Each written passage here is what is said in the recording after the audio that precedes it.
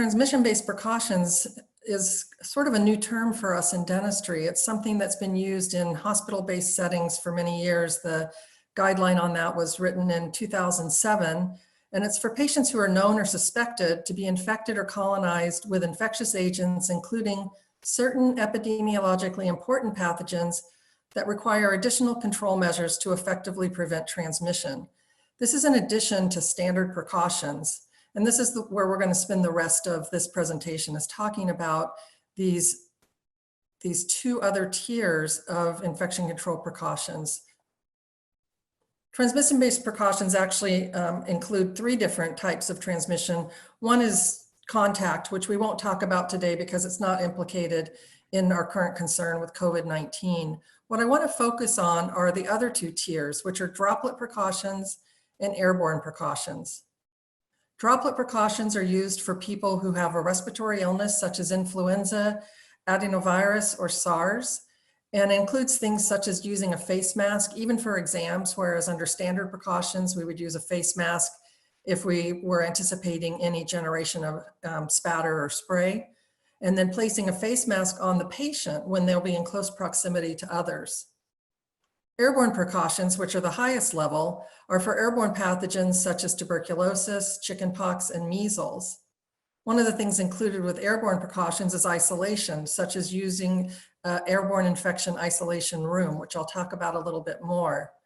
Now, traditionally, because it's difficult and most dental offices are not prepared to provide airborne precautions, it would be recommended that a dental provider would delay treatment of patients who have these infections or refer them to an appropriate facility who can treat them under isolation. So what about this current virus, the SARS coronavirus 2 that causes COVID-19? Well, generally the CDC recommends droplet precautions. However, airborne precautions may be indicated if you're performing aerosol generating procedures, what they also call AGPs. A lot of the work that's been done and recommendations that have been made have been based on the medical research that was done after the SARS outbreak in 2003. During that outbreak, or retrospectively looking at that outbreak, they have found that airborne transmission over a limited distance, say within a room, has been suggested, though not proven. And that's true of other infectious agents such as influenza virus and norovirus, which are primarily droplet transmitted diseases. So we're going to talk a little bit about what all that means to us in dentistry. First of all, droplet transmission are respiratory droplets carrying infectious pathogens that transmit infection when they travel directly from the respiratory tract of the infectious individual to susceptible mucosal surfaces of the recipient. So for instance, when a person who is infected with, in this case, COVID-19, coughs, sneezes, or speaks, and frankly, even some breathing, they release droplets that may be infected with virus that if they come into contact with another person's eyes, nose, or mouth, can cause disease transmission. That's why they're currently recommending that we wear face coverings if we're going to violate that 6-foot personal space for social distancing, because if we were to cough or sneeze and we might be infected, that could put other people at risk. Now, the other thing that we have to remember is that these transmission-based precautions were really developed with hospital inpatient settings in mind. So we have to translate them for dentistry because things are a little different.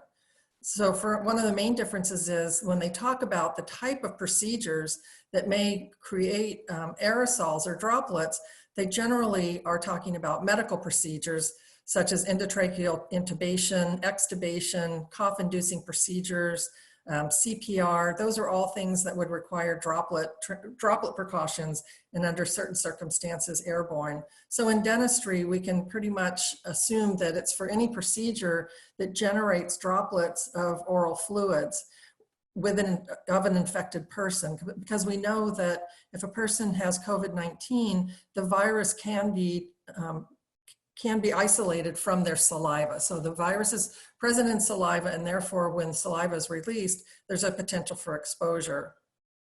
Pathogens which are transmitted by the droplet route have not been transmitted through the air over long distances, and that's because the droplets are larger than an aerosol, they don't travel as far, and they fall to the floor and other horizontal surfaces.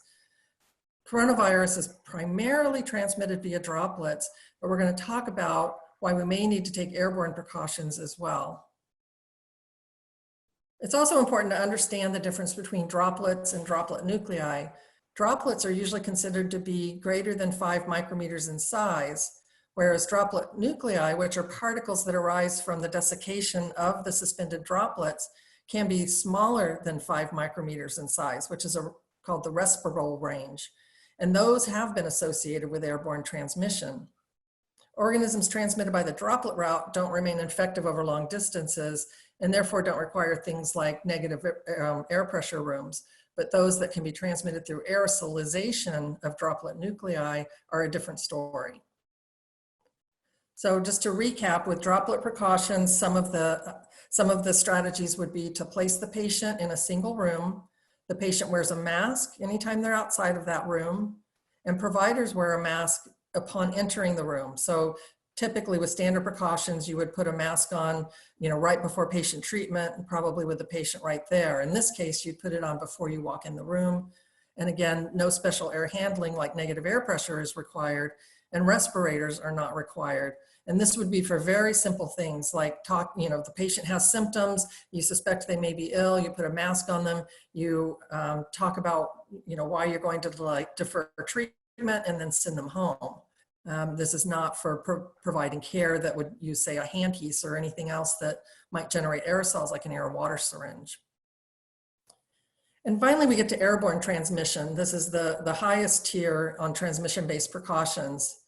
Dissemination of either airborne droplet nuclei or small particles that are in the respirable size range, that's under 5 micrometers, and they contain infectious agents that may remain infective over time and distance, such as spores of Aspergillus and Mycobacterium tuberculosis. Examples of agents that are also transmitted primarily by the airborne route include tuberculosis, the rubeola virus that causes measles, and the varicella zoster virus that causes chickenpox.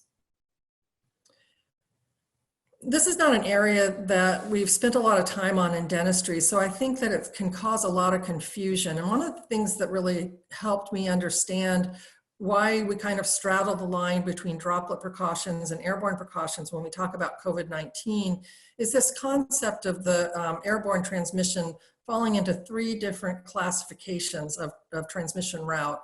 The first being obligate, where under natural conditions, disease occurs following transmission of the agent only through inhalation of small particle aerosols, such as tuberculosis, a true aerosol transmitted disease not transmitted by other means, such as contact with contaminated surfaces.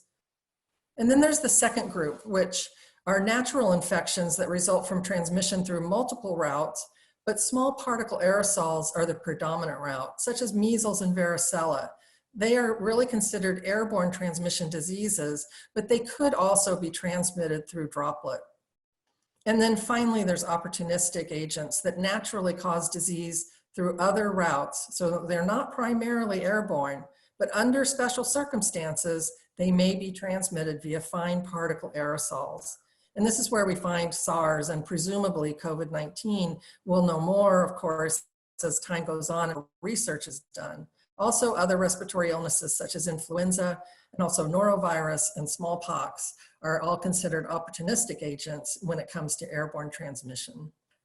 Patients with confirmed or persons under investigation for suspected infection with COVID-19, the recommendations are that you would treat these patients under airborne precautions. And that means the use of respirators, the use of airborne infection isolation rooms, and other additional administrative and work practice controls, which I'll talk about a little bit on the next slide.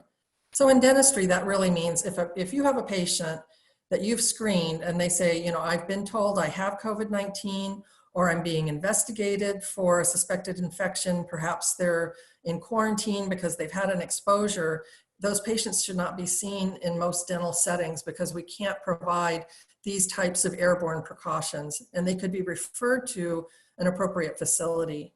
One of the main components of airborne precautions is the use of isolation rooms. And these airborne infection isolation rooms, or called AIIRs, have very specific requirements. It's not just taking a private room and changing the air exchange and considering it a isolation room. It has to have a specific number of air exchanges. For new construction, that would be 12 air exchanges per hour. It's allowed for existing AIIRs to maintain 6 air exchanges per hour. There has to be a pressure differential between the room and the adjacent areas. So the isolation room would have negative air pressure, which is achieved by having only air exhaust from that room, and the only air intake would be the small amount that comes in under the door. There also has to be monitoring of that pressure differential. It has to be at a certain level in order to truly be considered negative air pressure. Then that air that does exhaust can't be recirculated within the building and potentially contaminate other rooms. It has to exhaust to either the outdoors, or it can be exhausted through a HEPA filter. Material for walls and floors has to be able to be cleaned and disinfected. And there have to be signs on the room that restrict entry so people know that they can't walk into that room without proper PPE. And the door has to remain closed.